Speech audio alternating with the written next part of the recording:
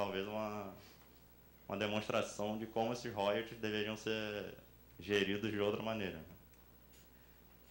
Pode passar, por favor.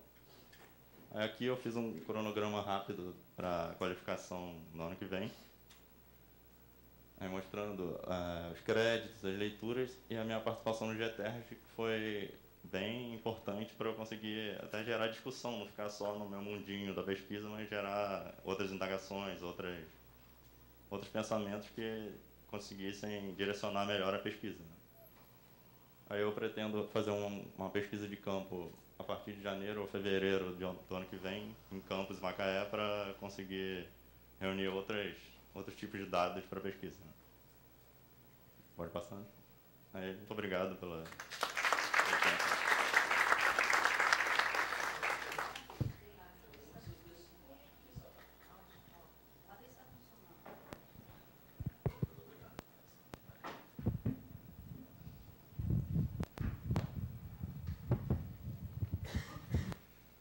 Bom dia, sou Felipe Silva,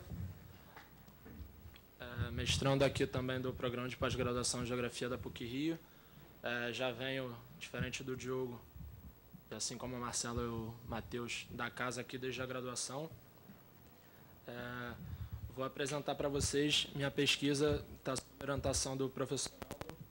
Já foi feita uma discussão inicial na monografia, mas agora com uma outra abordagem.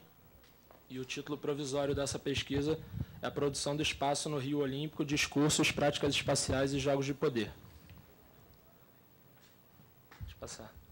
Contextualizando um pouco o tema, né, da cidade do Rio de Janeiro nesse contexto dos mega eventos esportivos, a gente pode ver que o discurso dos legados vinculado ao Rio de Janeiro como cidade olímpica vem sendo pautado por intervenções urbanísticas pontuais no espaço, grandes investimentos públicos e privados, né, com pouca transparência e um limitado debate na sociedade carioca, direcionados para possibilitar a realização de eventos efêmeros e com foco na comunicação de uma imagem atraente da cidade para o mundo.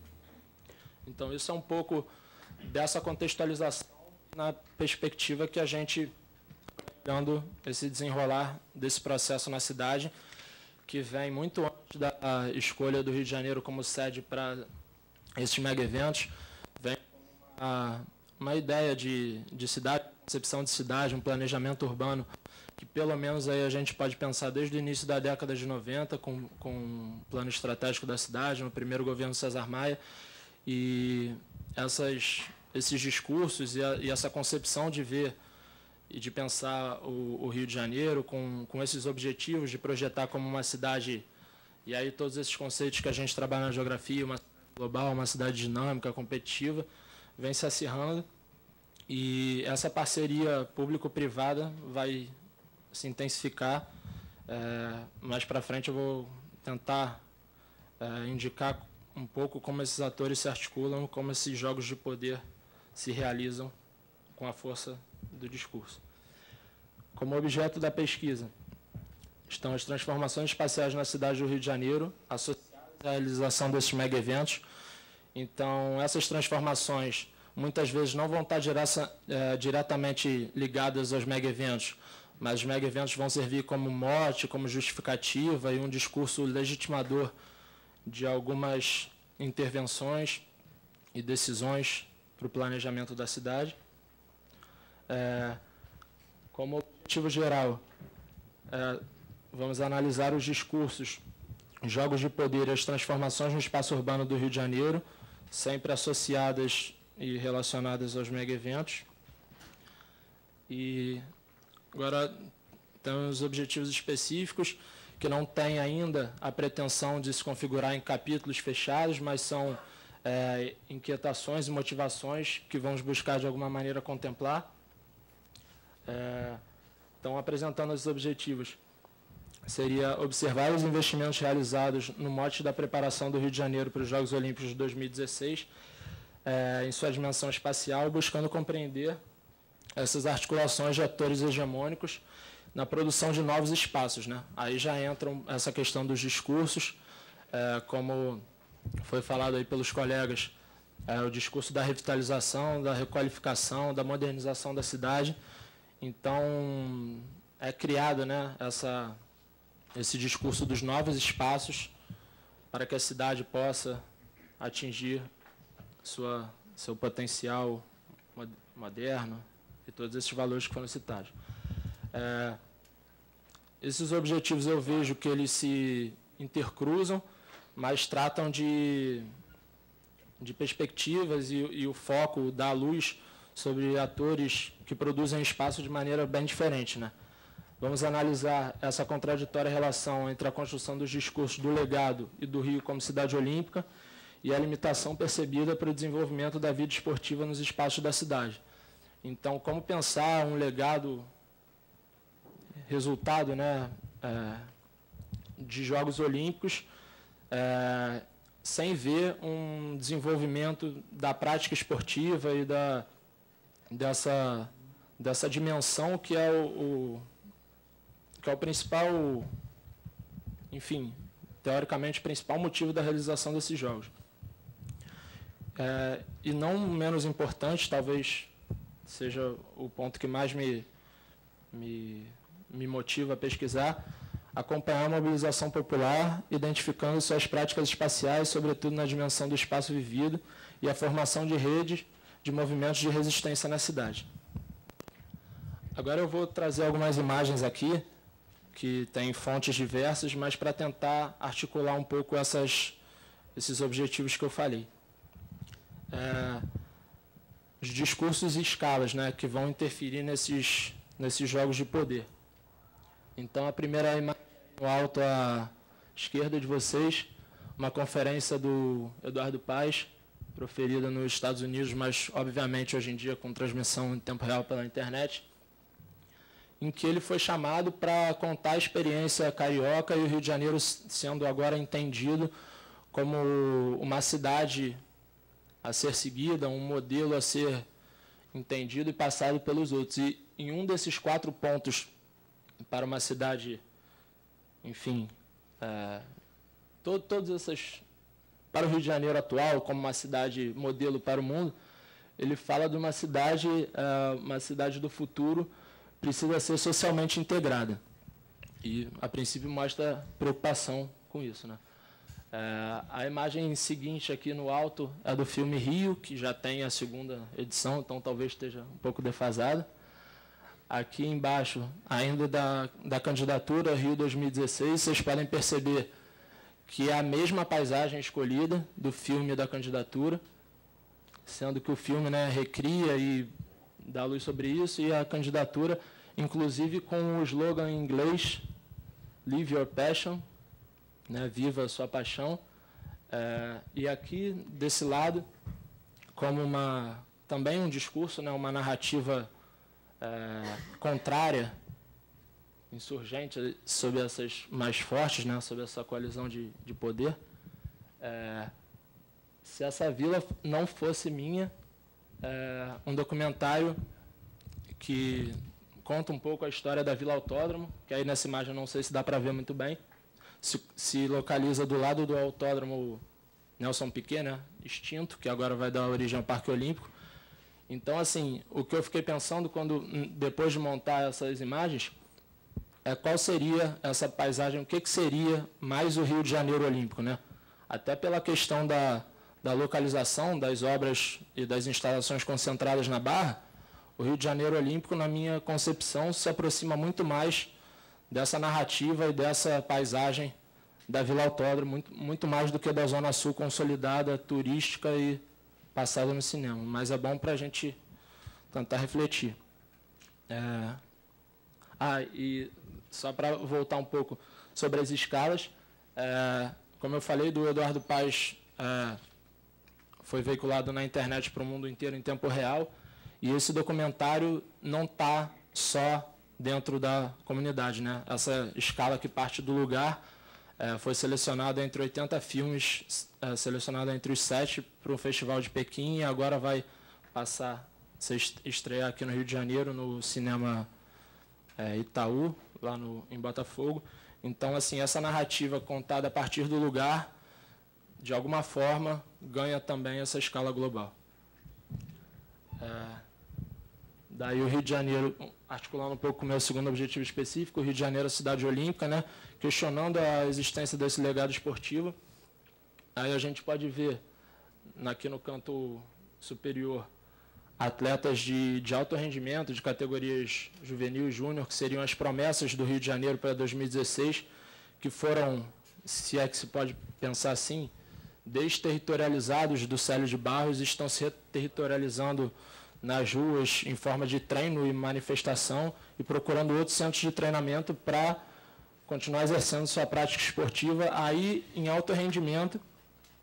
No canto inferior aqui, são duas senhoras praticantes de nado sincronizado no Júlio Delamare, que é o complexo de piscinas do Complexo do Maracanã, que também foi fechado por muito tempo no período da privatização e hoje encontra-se sem água, né? E elas aí questionando desperdício de dinheiro público, tudo mais. Aqui uma foto do Célio de Barros ainda no período pré-Copa do Mundo, servindo de depósito, e hoje em dia ele ganhou uma nova função, que é estacionamento para que as transmissões possam acontecer, e parece que vai ficar assim até 2016. Mobilização popular, espaços de resistência na cidade. Aqui um pouco as práticas espaciais desses diferentes grupos. Lá naquele canto do Maraca é Nosso, e verás que um torcedor não foge à luta. É um movimento liderado pela Frente Nacional dos Torcedores. Ali é a sede da Odebrecht, na Praia de Botafogo, no momento da decisão sobre a privatização, que tem inúmeros indícios de irregularidade, a empresa do Eike Batista fazendo o laudo técnico e concorrendo. Então, assim, os torcedores estão saindo dos estádios, não estão conseguindo mais ir aos estádios e estão procurando outras formas de torcer. E esse espaço popular, cultural e esportivo foi totalmente ressignificado. Aqui no canto inferior é uma manifestação contra a remoção, que partiu da comunidade do Horto aqui e uniu várias favelas de todas as áreas do Rio de Janeiro. E ela se deu num espaço diferente, não um espaço da Zona Sul, veio pela Rua Jardim Botânico e terminou no Baixo Galha. Então teve uma preocupação muito grande a polícia acompanhando, como todas elas. Ali em cima é uma intervenção num tapume de reforma do Palácio Capanema, no centro da cidade. As duas do centro são alegorias no Carnaval de Rua do Rio de Janeiro desse ano, nomeadas de Tá Tudo Errado, né? Uma analogia ao fuleco, mascote da Copa do Mundo, e o Paz Palio, que seria uma versão do prefeito Eduardo Paz. Aqui o Plano Popular da Vila Autódromo, que essa resistência que se dá há muito tempo, moradores de mais de 40 anos naquele lugar, a maioria pescadores, receberam algum título de posse do governo Brizola, mas continuam ameaçados desde o Pan-Americano de forma mais intensiva. Procuraram, além de dar publicidade às suas narrativas e fazer manifestações, se articularam com a universidade, com grupos técnicos e propuseram um plano popular de urbanização, porque eles não querem mais só ficar, eles querem ficar com toda a infraestrutura urbana e ser inserido no tecido da cidade. Acabou, pode passar. As categorias analíticas aí, as provisórias principais, trabalhar com espaço urbano, escalas, desenvolvimento geograficamente desiguais, direito à cidade, cidade de exceção e outros. Estou aberto aí a sugestões também. E alguns interlocutores que vão trabalhar com mega eventos de cidades, com as dinâmicas do espaço urbano. E é isso. Obrigado.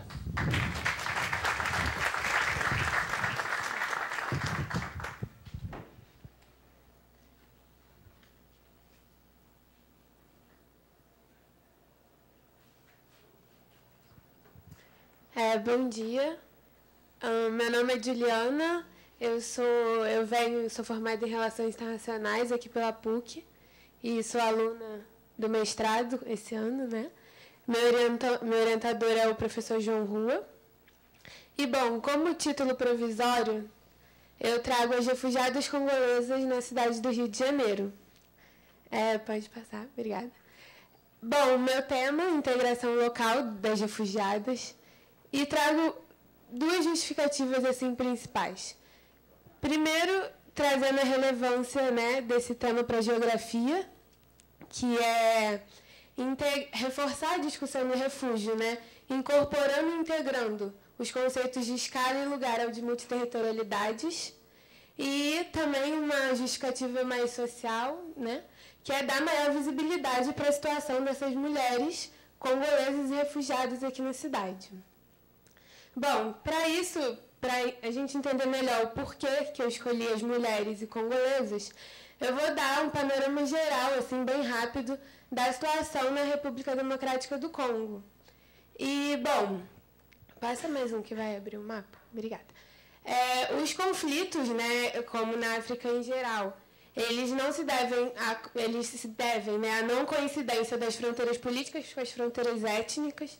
E, bom, aí é importante a gente, assim, dar atenção. O Congo, a República Democrática do Congo, né, no caso, ela é o segundo maior país na África e hoje, atualmente, já tem mais de 77 milhões de habitantes, né, então é bastante significativo. E essa incidência das fronteiras étnicas e dos conflitos étnicos é muito presente, principalmente por causa das fronteiras principais ali, Uganda, Ruanda, Tanzânia. E, hoje em dia, o principal conflito político ele se configura ali no leste do país, que é no Kivu do Norte e no Kivu do Sul. O que acontece é que no Congo, por causa dessas fronteiras, há também muita migração interna. Então, os conflitos étnicos, eles simplesmente migram de território, eles continuam muito incidentes. E, bom, até pelo genocídio de Ruanda, enfim, uma questão histórica mesmo. E a formação de grupos de milícias numerosos, na verdade, que são muito fortes, e alguns em oposição ao exército, ao governo, né, ditatorial, e outros não até. E, bom, a questão que eu trago até os grupos das milícias e a formação do exército é exatamente a banalização da violência, né, principalmente em relação às mulheres, e até eu trago como os principais motivos da imigração, que é a perseguição política, essa violência sexual, física e psicológica, principalmente das mulheres, né, o número de estupros é enorme e é bem permanente, isso lá, frequente. E, além disso, o recrutamento de mulheres, inclusive, e crianças para as milícias. Então, é uma desenfreada. Enfim, para isso, a partir do momento que existe a imigração, né, e elas solicitam um refúgio em outro país, eu trago rapidamente a definição de refugiado, segundo o Estatuto dos Refugiados de 67, que refugiado é toda pessoa que, devido a fundados temores de ser perseguida por motivos de raça, religião, nacionalidade, pertence a determinado grupo social ou opiniões políticas, se encontre fora do país de sua nacionalidade e não possa, ou por causa de ditos temores, não queira valer-se da proteção de tal país. Então, elas chegam aqui, no caso, né, como eu estou analisando no Brasil, no Rio de Janeiro, elas vão ser analisadas e vão solicitar o refúgio a partir dessa definição e vão solicitar por esse status. Bem, pode passar. Assim eu chego no que eu quero, né, que eu me proponho aqui, que é entender essa integração local das refugiadas, as dificuldades, né, e essas multiterritorialidades. Então eu trago as dificuldades durante a imigração delas, como a solicitação do visto, que tem que ser solicitado antes delas chegarem, a separação da família, né, a maioria dessas mulheres, elas vêm sozinhas com os filhos, né, ou grávidas até, e, bem, uma situação de refúgio, a esperança de se voltar para o seu país de origem é muito pequena, principalmente pelos conflitos que lá continuam existindo. A situação econômica, muitas delas vêm para cá com o dinheiro que elas guardam e chegam aqui com muitas necessidades, né, na verdade. E a violência sexual, que vai estar presente lá no caminho, né, no movimento, e aqui elas vão lutar contra isso. Pode ir. As dificuldades de integração. Eu trouxe 5 elementos principais que eu trouxe com base no diagnóstico participativo que eu tive a oportunidade de participar na Caritas, que é a organização que recebe os refugiados, acolhe, né, aqui no Rio de Janeiro, e é uma atividade que eles realizam junto ao Acnur, que é a Agência da ONU para Refugiados. E é com as refugiadas, e elas trazem para o debate, elas enumeram as principais dificuldades para elas. E elas trouxeram como primeira discussão assim, o idioma, que é no Congo o idioma oficial, né? O francês e mais 5 dialetos. Então, elas têm muita dificuldade aqui, porque elas precisam aprender o idioma o mais rápido possível, porque isso vai fazer toda a diferença. A moradia, elas reclamaram muito do preço dos aluguéis aqui, a dificuldade delas. E o trabalho, né? E algumas até sinalizaram que, por serem mulheres, elas já sofreram dificuldade de encontrar um emprego, né? Exatamente por isso.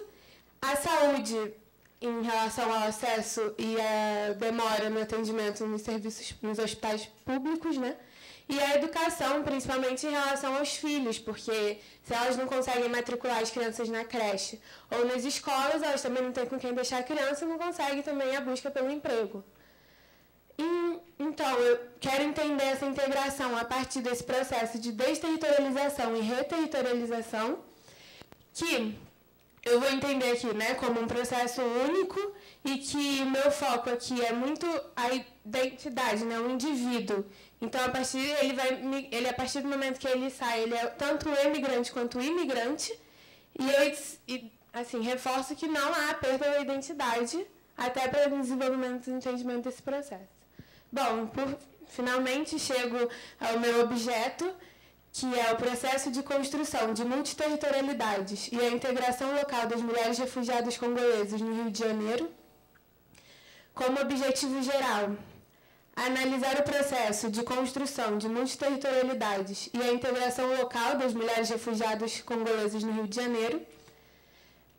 3 objetivos específicos, que não sei se vão aumentar ou não, que o primeiro, compreender como se dá esse processo de acolhimento dos refugiados no Brasil de maneira geral, compreender os motivos de emigração dessas mulheres que aqui estão hoje solicitando pelo refúgio e analisar os fatores de facilitação e de dificuldade também na integração delas aqui no Rio de Janeiro. Minha questão norteadora vai ser como ocorre o processo de desreterritorialização das refugiadas congolesas no Rio de Janeiro.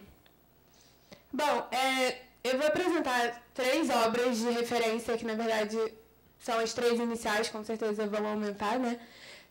O Rogério Hasbert, com base no livro O Mito da Desterritorialização, do fim dos territórios à multiterritorialidade, que vai ser uma discussão base no meu trabalho justamente para entender esse processo de integração e como essas multiterritorialidades vão influenciar, né, e na construção de identidade.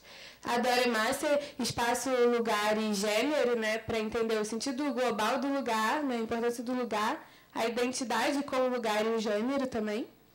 E a Sally Merston, com a construção social da escala, né, e que é um processo que, na verdade, vai envolver diferentes e múltiplas escalas que vão estar imbricadas nelas, não ocorrem separadamente, desde a escala global até uma escala local. Bom, é isso por enquanto. Obrigada. Eu trago uma foto delas.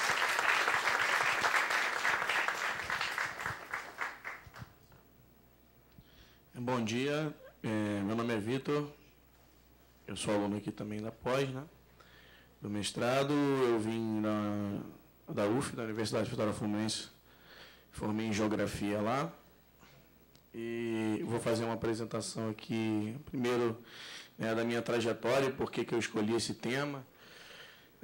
O título provisório nas tramas da metropolização, as contradições entre a degradação da vida e a banalização do espaço na cidade de Itaboraí.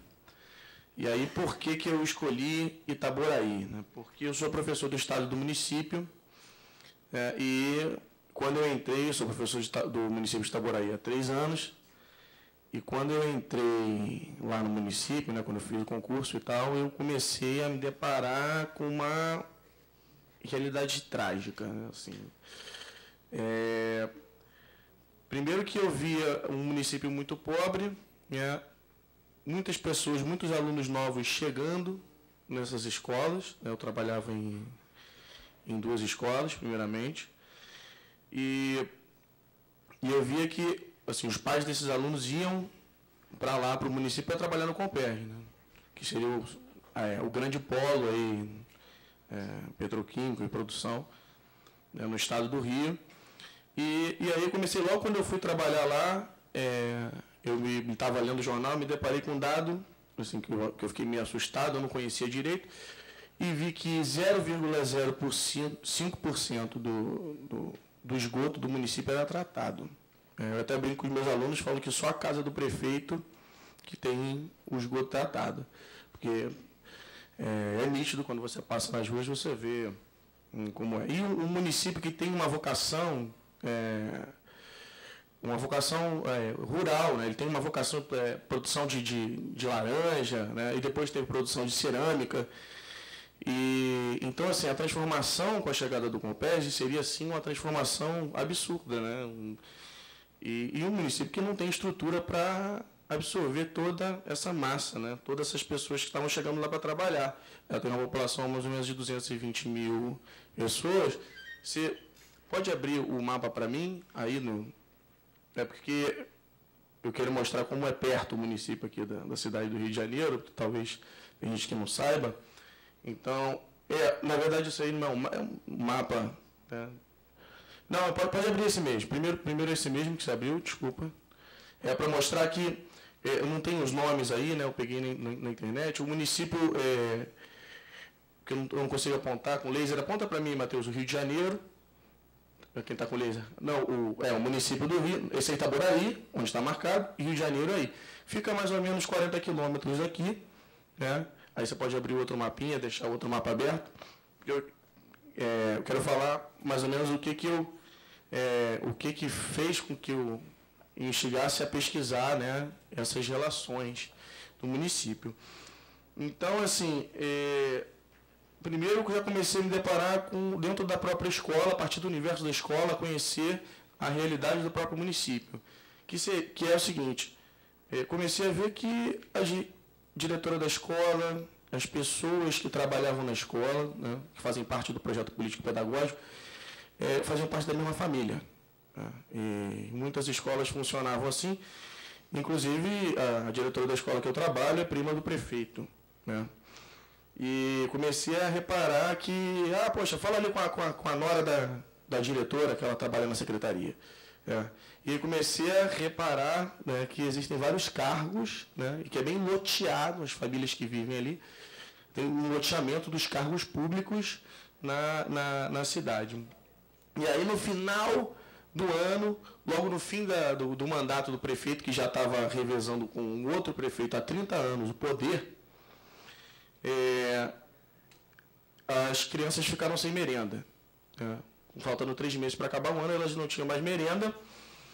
E eu não entendia por quê. Fiquei perguntando, mas o que está acontecendo? Por que não tem merenda na escola? Não, é assim mesmo.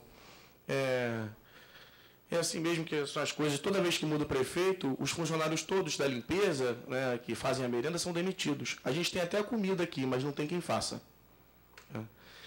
E essas coisas começaram a me assustar. Né? Eu falei, como é que pode? A gente está a 40 quilômetros da cidade do Rio de Janeiro, né?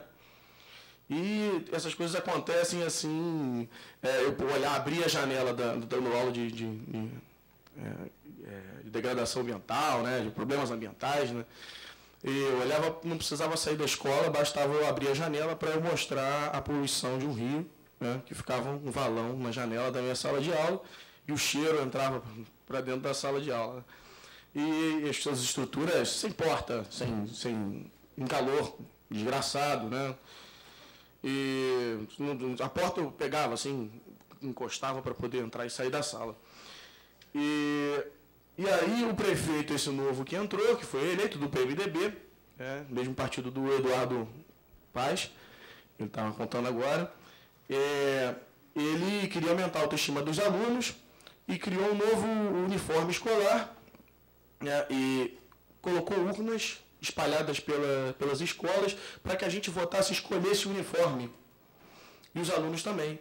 E os alunos felizes da vida, porque tem um uniforme laranja, né, e todo passeio era uma vergonha para eles. Né, e aí votaram no uniforme branco, o uniforme foi escolhido, e o prefeito ia entregar o uniforme no dia do desfile cívico. O que seria esse desfile cívico? É o desfile no momento que os alunos, né, com seu orgulho pela cidade de onde vivem, né, demonstram ali a sua cidadania, demonstram o seu direito à cidadania, seu direito à cidade, né. E o prefeito foi entregar os uniformes depois de não sei quanto tempo, né? Os alunos muito resistentes ao desfile cívico, mas as diretoras pedem que a gente dê 2 pontos na média para cada aluno que participe do desfile, né? Sendo que eu sou contra isso, claro que nunca dei ponto nenhum contra disso. E nesse desfile, chegando lá, entra a polícia, Ministério Público, bom, não pode entregar os uniformes porque os uniformes foram feitos sem licitação. E os alunos recebem 2 camisas por ano. Né? Imagina um aluno que usa uma semana o uniforme, né? E a mãe tem que lavar um dia, no outro dia ele usa, às vezes, na maioria das vezes a criança usa uma camisa a semana inteira. Né? E não receberam o uniforme, não receberam nem o novo e nem o velho. Ficaram com o uniforme do ano anterior. E o curioso é que essa semana agora, os alunos foram proibidos de ir na feira de ciências no centro da cidade, porque alguns alunos da escola que eu trabalho, porque estavam com o uniforme velho. E o prefeito não quer que nenhum aluno use o uniforme velho, e os alunos que talvez mais precisem ir, né, no passeio não puderam ir, porque o uniforme velho remete ao governo do outro prefeito. Tá? Que só não foi eleito porque a candidatura dele foi impugnada, porque ele é um ficha suja. Tá?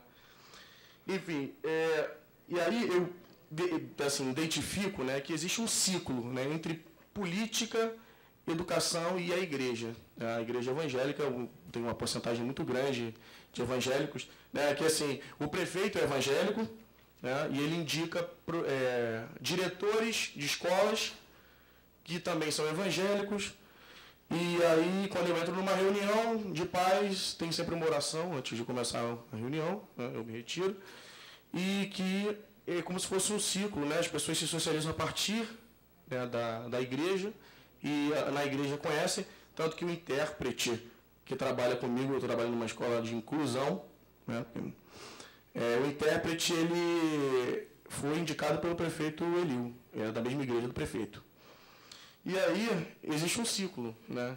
E eu comparo o prefeito Eliu ao Vitor Corleone, do Poderoso Chefão, porque ele atende as pessoas no seu gabinete. Ele atende 150 pessoas por dia no gabinete dele. Ele pega o telefone e liga para os diretores, que foi ele que indicou, e fala, olha, por favor, você matricule o seu filho na escola que eu quero.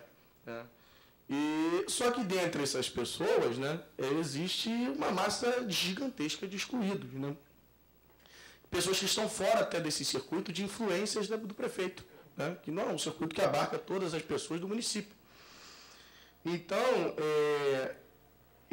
essas pessoas, que na verdade todos estão dentro desse sistema, né, mas algumas pessoas, a maioria dessas pessoas estão fora dessa rede de influências, né, política. Né, e o Comperj, né, trouxe mais ou menos 15 mil empregados ali, trabalham diariamente, né? Esses empregados ficaram em greve, também ficaram 3 meses sem receber salário, 2 meses, não sei, e eles habitavam a cidade, ficavam ali. E aí a grande curiosidade é, depois que acabarem, com esse crescimento populacional, depois que acabarem as obras do Comperj, para onde essas pessoas vão? Elas vão morar onde? E aí o que acontece? Uma cidade que cresce totalmente sem estrutura, porque você imagina, você tem 0,05%. Eu descobri que agora é um pouquinho mais, eu vou mostrar a foto para vocês. Eu descobri depois que um pouquinho mais agora da água é tratada, né? E eu vou mostrar a foto. Pode passar para o outro slide. Então, o meu interesse, né, o meu objeto aí, é estudar as relações sociais vividas que levam à degradação da vida cotidiana, simbolizada e materializada pela banalização do espaço em Itaboraí. Estudar como essas relações, né, políticas, e se eu fosse ficar contando aqui, eu não tenho tempo, mas seriam milhares, né, de histórias, né, em relação à própria mobilidade mesmo.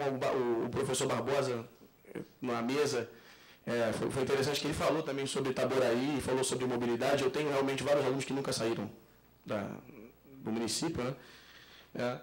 E o meu objetivo é analisar como é produzida a banalização do espaço em Itaboraí a partir das 13 tramas do cotidiano da população. É justamente a partir desses relatos, a partir do depoimento dessas pessoas com quem eu convivo, né, a partir do universo da escola mesmo, e aí ir para outros lugares, e conhecer ali, tentar identificar como funciona essa lógica, né, de reprodução da injustiça, reprodução de um sistema doente. Né? E a questão norteadora é que contradições estão colocadas na construção do imaginário social da produção desse espaço banalizado. As minhas categorias analíticas são espaço, política, cotidiano e banalização do espaço. Pode passar aí para o... E aí eu coloquei alguns interlocutores iniciais, né? Primeiro coloquei Henri Lefebvre, né? Esses livros, Crítica à Vida Cotidiana, a Vida Cotidiana no Mundo Moderno, Espaço e Política e Produção do Espaço, justamente para falar sobre, trazer esse debate sobre a degradação da vida cotidiana, né? Que é o que me interessa muito aí. Álvaro Ferreira, pela ideia da banalização da vida, do espaço. Então, traz esse conceito, eu quero levar para o meu trabalho, que eu acho muito importante, muito interessante. Sandra Alicione, pela parte da metropolização, né, porque ainda mais importante, né, pela questão do próprio Comperj, de chegar numa cidade de vocação rural, uma cidade dormitória. Ela foi ser dormitória até a partir da construção da Ponte Rio-Niterói, que as pessoas chegavam até lá. Né, então, é uma autora importante para o trabalho. Pode passar? E aí o Milton e a Ana Fani, o Milton pela essa ideia, né, de que o espaço geográfico é um híbrido, né, que traz a noção que entre ação e objeto há uma intencionalidade. A Ana Fani pela questão do espaço como produto e produtor. Tem um capítulo do livro da Natureza do Espaço que me interessa muito, que fala sobre o lugar e cotidiano. Né? E a Vera Teles, que eu tive contato e ela trabalha com essas tramas, essas teias e tramas, na cidade de São Paulo. Está no fim? Tá. Na cidade de São Paulo. E que eu acho muito interessante, que eu vi muito Itaboraí ali, né, nesse lado. Passa aí. Isso aí é como o professor falou ontem, né, uma manchete do The Globe, lá, que ele comentou ontem.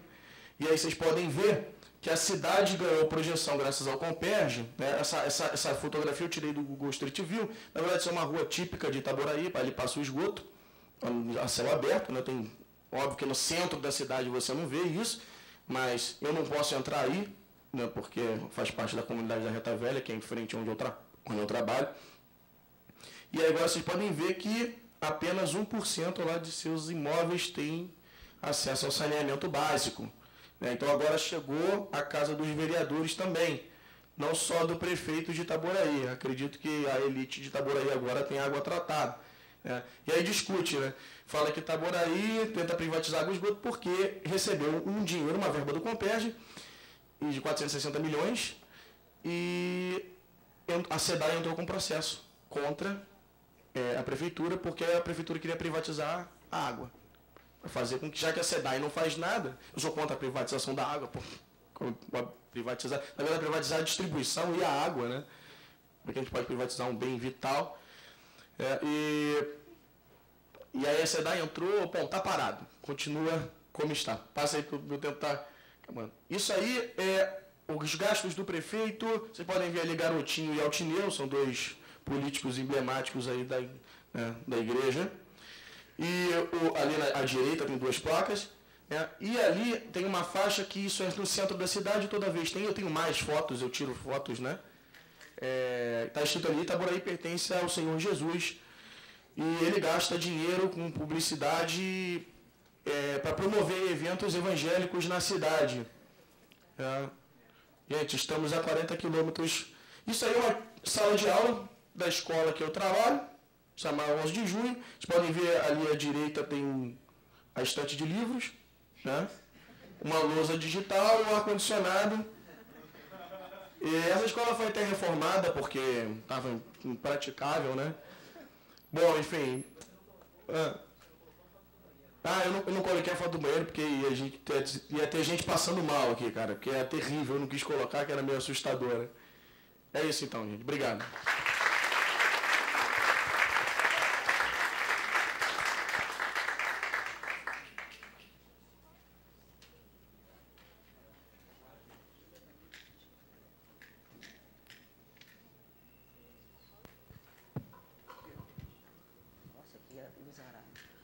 O que a gente faz? Porque são 10h15, na programação, né, está prevista a palestra do professor.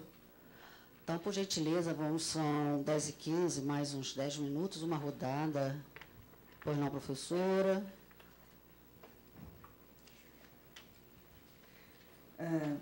Gostei bastante dos trabalhos e eu teria duas questões para fazer.